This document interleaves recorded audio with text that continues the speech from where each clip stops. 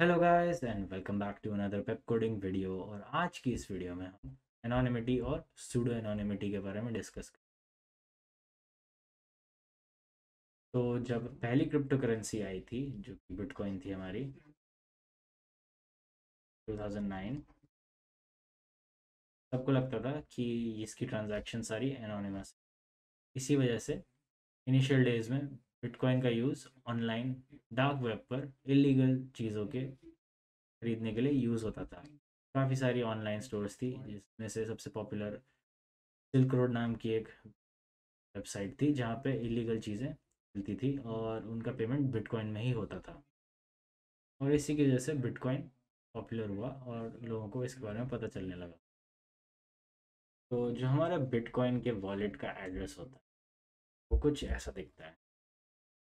It's string of characters that is 32 characters long. इसमें 32 characters हैं और इसमें लेटर्स और नंबर्स दोनों यूज़ होते हैं।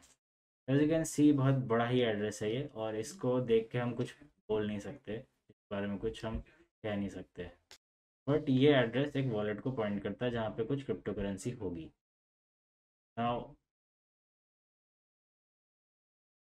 ये एड्रेस हमारे ब्लॉकचेन पे स्टोर हो जाता है जब भी कोई ट्रांजैक्शन होती है, और वो हमेशा हमेशा के लिए स्टोर हो जाता है। तो एक रिकॉर्ड होता है कि किस वॉलेट से किस वॉलेट तक कितना बिटकॉइन ट्रांसफ़र हुआ था।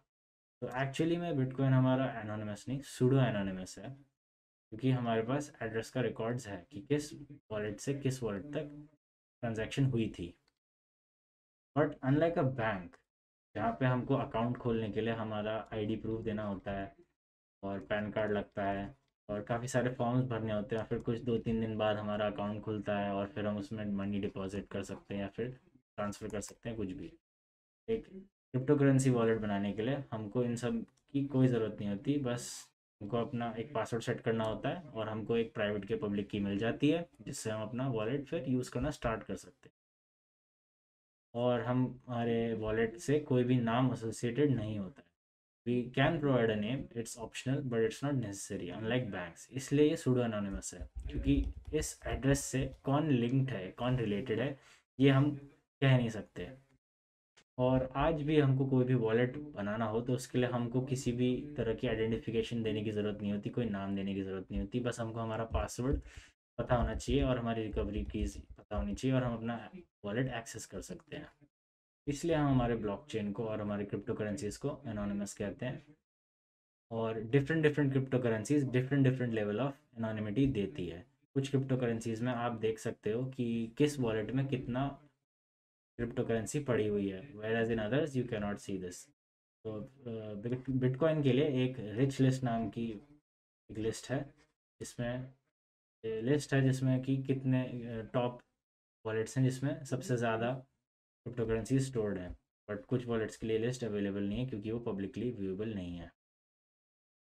ये तो जब बिटकॉइन नया नया आया था और लोगों को ज़्यादा इन्फॉर्मेशन नहीं थी और गवर्नमेंट को भी ज़्यादा इन्फॉर्मेशन नहीं थी और कोई रेगुलेशन नहीं थी गवर्नमेंट की, इसलिए ये सब इलीगल एक्टिविटीज़ बहुत आराम से हो जाती थी।